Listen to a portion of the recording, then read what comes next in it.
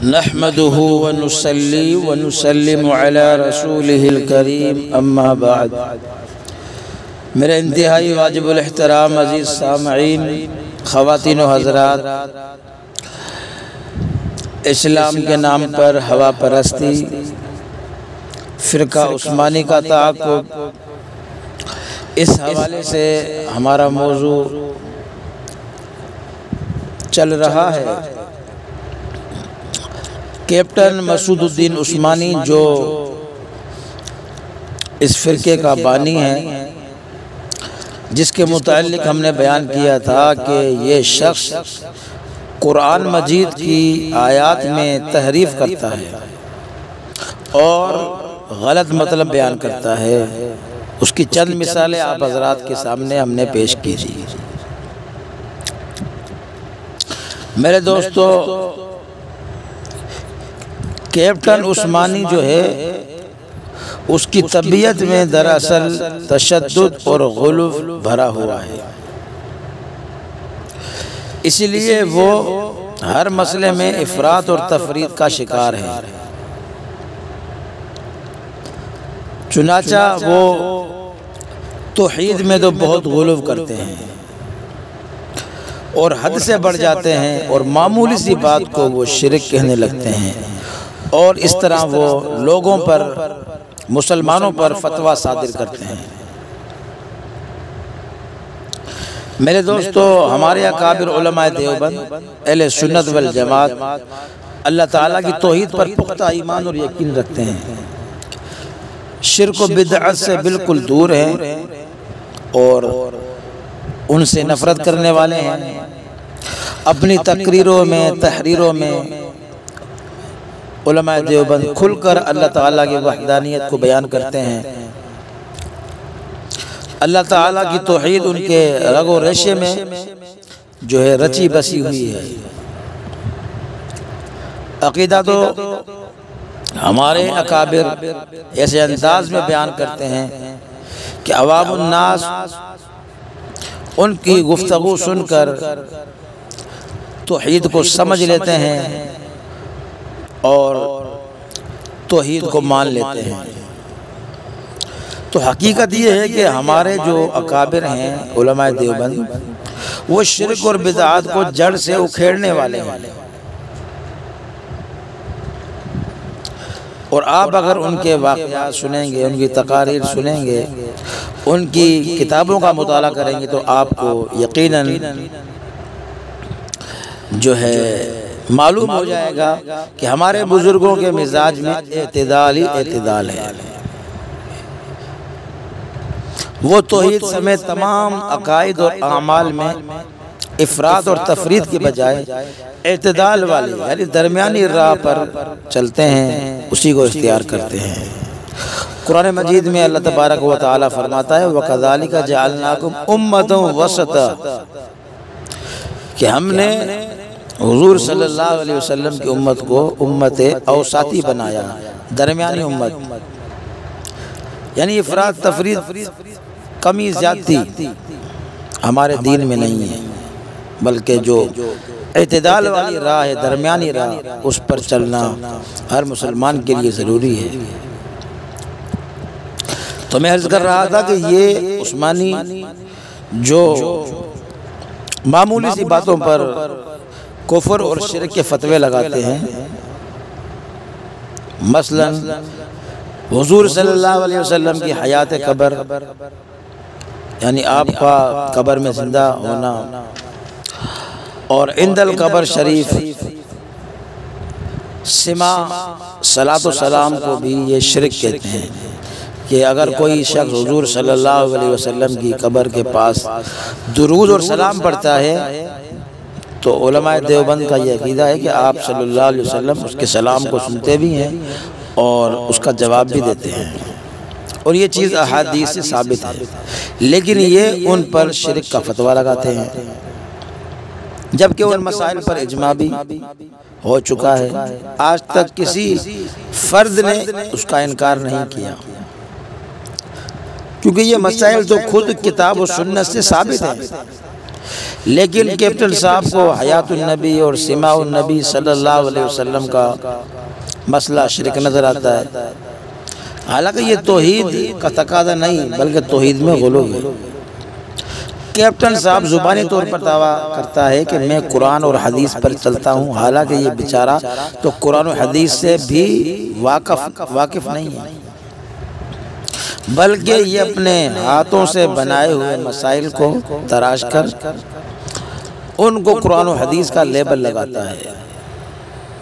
اور قرآن اور حدیث میں تحریف کرتا ہے، اپنے من مانے مطلب بیان کر کے لوگوں کو دھوکہ دیتا ہے اور فاسد تعویلات کے ذریعے اپنی جو ہے خود ساختہ گاڑی چلاتا ہے۔ میرے دوستو، ہم نے جو یہ دعویٰ کیا کہ کیپٹن صاحب احادیث میں اور قرآن مجید کی آیات میں تحریف کرتا ہے، یہ قرآن و حدیث سے واقف بھی نہیں ہے۔ یہ جو ہمارا دعویٰ ہے، یہ دعویٰ انشاءاللہ ثابت ہو جائے گا۔ کس طرح؟ آپ کیپٹن صاحب کے رسالہ عذاب برزخ کا مطالعہ کریں، اس کی فہرست کے مضامین دیکھ لیں تو آپ کو معلوم ہو جائے گا۔ چند مثالیں آپ کے سامنے بیان کرتے ہیں۔ بخاری شریف کی روایت جس میں آیا ہے کہ حضور صلی اللہ علیہ وسلم نے فرمایا کہ مردہ جو ہے اپنے اہل و عیال کے جوتوں کی آہٹ سنتا ہے جب اس کو وہ قبر میں اتار کر جاتے ہیں۔ اور اس طرح حدیث بخاری شریف کی کہ آپ صلی اللہ علیہ وسلم نے بدر میں جو کنواں تھا جس میں کافروں کو پھینکا گیا، ان کو خطاب کیا آپ نے، وہ حدیث۔ اور کلام المیت علی الجنازہ، یعنی میت کا بولنا چارپائی پر یا جہاں پر میت رکھی ہوئی ہے تو میت بھی بولتی ہے، یہ باقاعدہ امام بخاری رحمۃ اللہ علیہ نے باب قائم کیا ہے۔ کلام المیت یعنی میت کا بولنا، کلام کرنا۔ اسی طرح آپ صلی اللہ علیہ وسلم کا وہ واقعہ کہ آپ نے دو قبر پر شاخیں لگائی تاکہ ان کے عذاب میں تخفیف ہو جائے۔ تو میرے دوستو، کیپٹن صاحب ان احادیث کے اندر تعویلات کر رہے ہیں اور غلط تعویلات بلکہ تحریفات کر رہے ہیں، یہ زیادہ بہتر ہے۔ تو تحریف احادیث کی چند مثالیں آپ کے سامنے بیان کرتے ہیں۔ میرے دوستو، بخاری شریف کی ایک حدیث میں جس میں صاف لفظوں میں بتایا گیا ہے کہ ان قبروں میں مدفون مردوں کو عذاب دیا جاتا ہے اور یہ عذاب قبر کی دلیل ہے، اور اس بات کی بھی کہ قبر میں مدفون مردے کو ایک خاص قسم کی حیات نصیب ہوتی ہے جو ہمارے شعور سے بالاتر ہے۔ بہرحال قرآن و حدیث کی تشریحات پر ایمان رکھتے ہوئے ہمارا اس خاص قسم کی حیات پر ایمان ہے، اور مردہ انسان اس خاص قسم کی حیات کی وجہ سے دکھ سکھ اور رنج اور راحت کو محسوس کرتا ہے، اور واضح رہے کہ اس خاص قسم کی حیات کی وجہ سے عالم دنیا میں واپس نہیں آ جاتا بلکہ وہاں اسی عالم قبر یا عالم برزخ میں رہتا ہے، جزا اور سزا کو محسوس کرتا ہے، اگرچہ مردہ جس حال میں بھی ہو، چاہے وہ راکھ ہو جائے یا خاک۔ بہرحال روح کا اس کے اجزاء اور ذرات سے تعلق رہتا ہے، اور اس تعلق میں جسد کا اپنی اصلی حالت پر صحیح سالم رہنا بھی ضروری نہیں ہے کہ مردہ اگر اس کا جسم جو ہے بالکل صحیح سالم ہوگا تو جناب اس کا تعلق ہوگا روح کے ساتھ، یہ کوئی ضروری نہیں ہے۔ مردہ جس حالت میں بھی ہو، چاہے وہ مستحیل ہو جائے، ختم ہو جائے، وہ عذاب اور راحت کا ادراک کرتا ہے، چونکہ قبر میں جو ہے مدفون مردے کو دنیا میں موت آ چکی ہے، اس سے اہل دنیا اس کو مردہ ہی کہیں گے اور اس پر مردے کا اطلاق ہوتا رہے گا۔ اسی لیے ہمارا یہ عقیدہ ہے کہ قیامت کے دن مردے زندہ کر کے اٹھائے جائیں گے، لیکن وہ ایک خاص قسم کی زندگی ہے، مکمل دنیا والی زندگی نہیں ہے، لہذا قبر کی حیات کے ہوتے ہوئے ان پر باعتبار دنیا کے مردہ ہونے کا اطلاق درست ہے، یعنی ان کو ہم مردہ ہی کہیں گے، کیونکہ قبر اور برزخ کی حیات اور ہے اور دنیا کی حیات اور ہے، لیکن ان حقائق کو نہ سمجھنے کی وجہ سے کیپٹن صاحب قاصر اور معذور ہے، اسی لیے وہ قبر کی زندگی کو دنیا کی زندگی پر قیاس کر لیتا ہے اور قبر کی زندگی کو دنیا کی زندگی سمجھ کر قسم قسم کے شبہات اور وساوس میں پھنس جاتا ہے اور پھر قرآن اور حدیث کا انکار کرنے پر اتر آتا ہے۔ خیر، میں عرض کر رہا تھا کہ بخاری شریف کی حدیث سے قبر میں مدفون مردہ انسان کا عذاب قبر کو محسوس کرنا ثابت ہے، لیکن کیپٹن صاحب اس کے منکر ہیں۔ اس نے اس حدیث کی تعویل میں کیا گل کھلائے ہیں، پہلے آپ حدیث کا ترجمہ سنیں، اس کے بعد کیپٹن صاحب کی ستم ظریفی دیکھیں۔ حدیث بخاری ہے، نبی اکرم صلی اللہ علیہ وسلم کا 2 قبروں پر گزر ہوا۔ آپ صلی اللہ علیہ وسلم نے فرمایا ان 2 قبروں میں عذاب دیا جا رہا ہے اور کسی بڑے گناہ میں عذاب نہیں دیا جا رہا، بلکہ ایک چغل خوری کرتا تھا اور دوسرا اپنے پیشاب سے نہیں بچتا تھا۔ پھر آپ صلی اللہ علیہ وسلم نے کھجور کی تازہ ٹہنی کو لے کر اس کے 2 حصے کیے اور ہر ایک قبر پر ان کو گاڑ دیا اور فرمایا شاید جب تک یہ خشک نہیں ہوتی عذاب میں تخفیف رہے گی، یعنی عذاب ہلکا رہے گا۔ تو سامعین کرام، آپ اس حدیث میں غور فرمائیں، اس کا ایک لفظ اور ایک جملہ بول رہا ہے کہ انہی زمین والی قبروں میں مدفون مردوں کو حضور اکرم صلی اللہ علیہ وسلم نے عذاب میں مبتلا دیکھا۔ تخفیف عذاب کے لیے آپ صلی اللہ علیہ وسلم نے دعا بھی فرمائی اور بطور علامت کہ ان پر کھجور کی تر ٹہنی بھی گاڑ دی۔ میرے دوستو، چونکہ یہ حدیث صحیح کیپٹن صاحب کے خود ساختہ عقیدے پر ضرب کاری کی حیثیت رکھتی تھی، ظاہر ہے اس کے عقیدے کو جھٹلا رہی تھی، اسی لیے اس ظالم نے اس کی غلط تعویل کی بلکہ تحریف کی ناپاک کوشش کی اور حدیث بخاری کی شکل بگاڑنے کی کوشش کی، حتیٰ کہ اس حدیث کو شکاری کا تیر کہہ کر حدیث رسول صلی اللہ علیہ وسلم کی توہین کی۔ چنانچہ لکھتا ہے عثمانی، ترکش کا ایک اور تیر چلتا ہے کہ بخاری کی یہ بھی تو حدیث ہے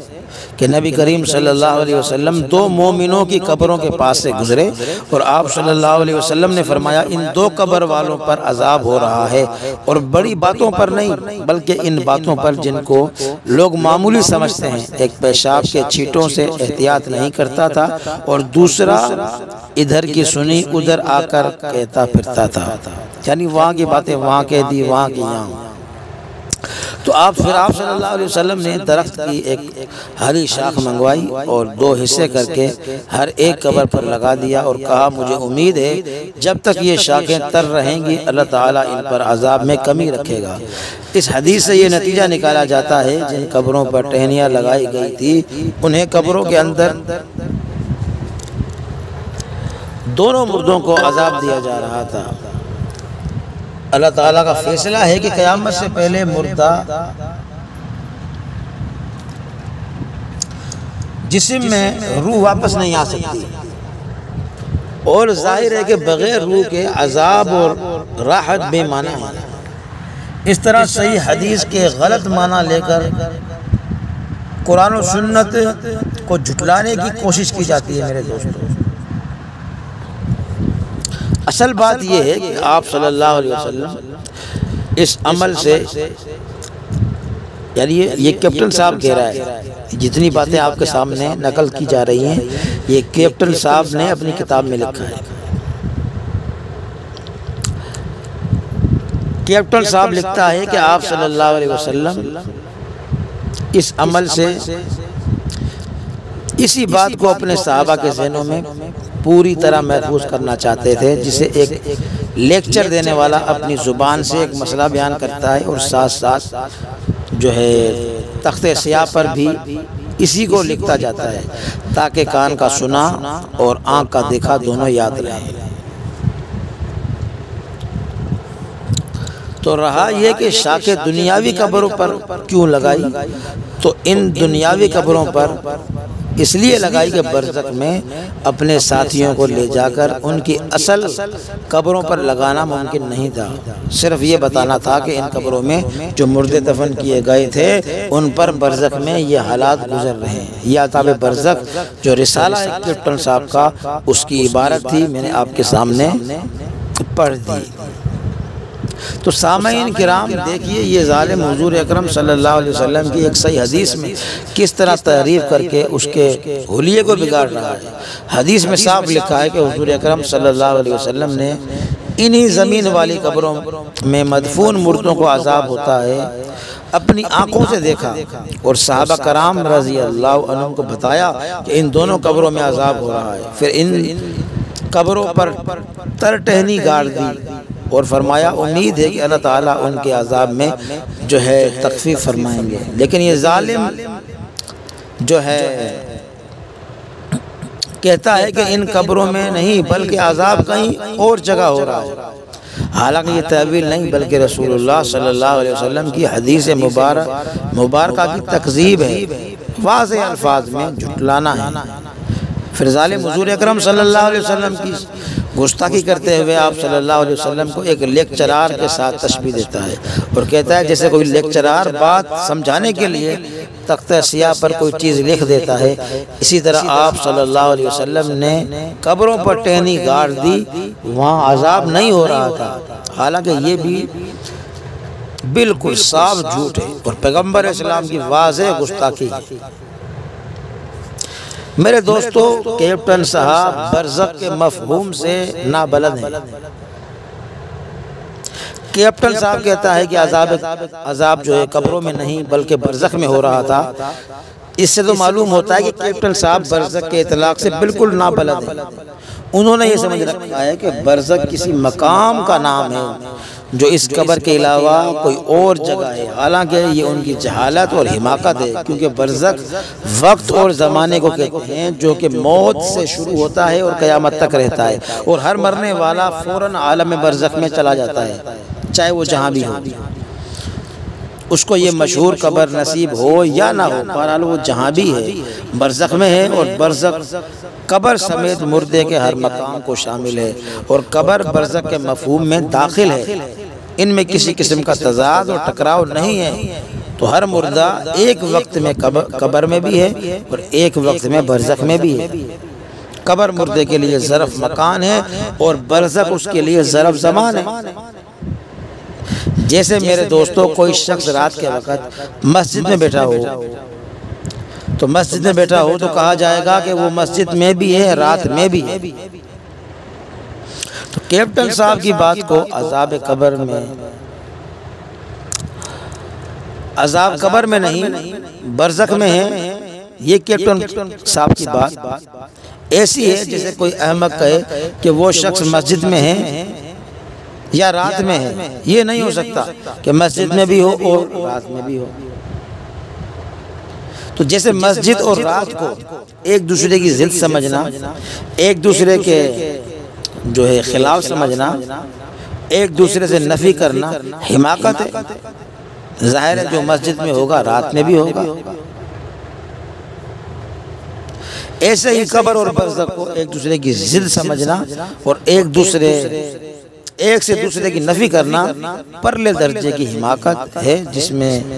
کیپٹن صاحب مبتلا ہے۔ میرے دوستو قرآن مجید کی ایک آیت کا صحیح مطلب سورہ مومنون آیت نمبر 98 اور 100 میں اللہ تبارک و تعالیٰ کا ارشاد ہے حَتَّى إِذَا جَاءَ أَحَدَهُمُ الْمَوْتُ قَالَ رَبِّ ارْجِعُونِ لَعَلِّي أَعْمَلُ صَالِحًا فِيمَا تَرَكْتُ كَلَّا إِنَّهَا كَلِمَةٌ هُوَ قَائِلُهَا وَمِن وَرَائِهِمْ بَرْزَخٌ إِلَى يَوْمِ يُبْعَثُونَ۔ یہاں تک کہ جب ان میں سے کسی پر موت آتی ہے اس وقت کہتا ہے کہ اے میرے رب مجھ کو پھر واپس بھیج دیجئے دنیا میں، جس کو میں چھوڑ آیا ہوں تاکہ میں وہاں جا کر نیک کام کروں، تو اللہ تبارک و تعالیٰ فرماتا ہے ہرگز نہیں۔ یہ ایک بات ہے جس کو یہ کہے جا رہا ہے، اور ان لوگوں کے آگے ایک آڑ ہے، پردہ ہے، حجاب ہے قیامت کے دن تک۔ تو مذکورہ بالا آیت کا مطلب صاف ہے، جب کوئی مجرم موت کے گھاٹ اترنے لگتا ہے اور اس کو احوال آخرت کا معائنہ ہوتا ہے تو گھبرا اٹھتا ہے اور کہتا ہے کہ اے اللہ مجھے دنیا میں واپس بھیج دے تاکہ میں نیک عمل کر کے آخرت کی سزا سے بچ جاؤں۔ لیکن اللہ تعالیٰ فرماتے ہیں موت کے گھاٹ اترنے والے کی دنیا میں واپسی ہرگز نہیں ہوگی، کیونکہ ان کے اور دنیا کی طرف واپسی کے درمیان ایک چیز جو ہے آڑے آنے والی ہے اور وہ موت ہے، لہذا یہ قیامت کے دن تک واپس نہیں آ سکتے۔ تو معلوم ہوا کہ مرنے والا انسان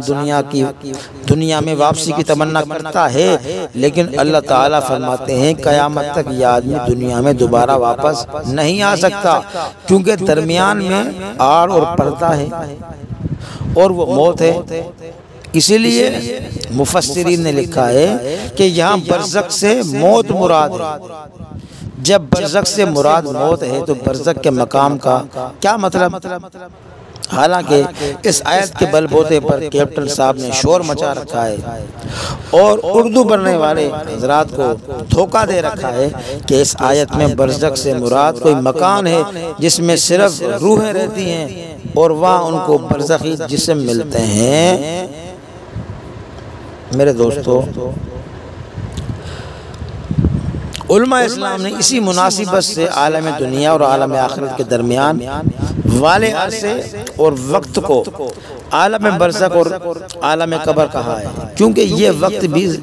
دنیا اور آخرت کے درمیان ایک قسم کی آڑ اور پردہ ہے۔ تو معلوم ہوا کہ برزخ کسی مقام کا نام نہیں بلکہ برزخ تو زمانہ اور وقت کو کہتے ہیں۔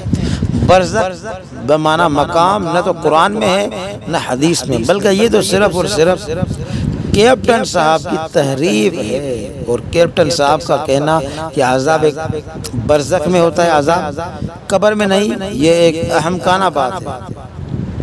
اور قبر کی زندگی کو برزخی زندگی اس لیے بھی کہا جاتا ہے کیونکہ برزخ بھی معنی پردے کے ہے، اور قبر کی ساری کارروائی چونکہ پردے میں ہوتی ہے، اور چاہے مردہ ہمارے سامنے ہوتا ہے مگر جو کچھ اس کے ساتھ ہو رہا ہے وہ ہمیں نظر نہیں آتا ہے۔ جیسے خواب والے کے ساتھ عالم خواب میں سب کچھ ہوتا ہے مگر ہمیں نظر نہیں آتا، تو قبر کی کارروائی کو نظر نہ آنے کی وجہ سے حیات برزخی یا برزخی زندگی بھی کہا جاتا ہے۔ بہرحال مردہ انسان کے لیے قبر ہی برزخ ہے، اس کے علاوہ کوئی اور مقام نہیں جس کو برزخ کہا جائے۔ میرے دوستو، قانون خداوندی کیا ہے کہ روح جسم میں آتی ہے یا مردہ دنیا میں واپس نہیں آتا؟ روح جسم میں نہیں آتی یا مردہ دنیا میں واپس نہیں آتا۔ میرے دوستو، برزخ کی تشریح میں بات تھوڑی لمبی ہو گئی ہے جو انشاءاللہ آپ فائدے سے خالی نہیں ہوگی، یقیناً آپ کو فائدہ ہوا ہوگا۔ تو خیر میں عرض کر رہا تھا کہ کیپٹن صاحب نے کھجور کی ٹہنی والی حدیث بخاری کے اصل مطلب کو مسخ کر کے ناپاک جسارت کی ہے اور کہا ہے کہ اس حدیث سے یہ نکالا جاتا ہے کہ انہی قبروں میں ان دونوں مردوں کو عذاب دیا جاتا رہا ہے، یہ عذاب دیا جاتا رہا تھا۔ اللہ تعالیٰ کا فیصلہ ہے کہ قیامت سے پہلے مردہ جسم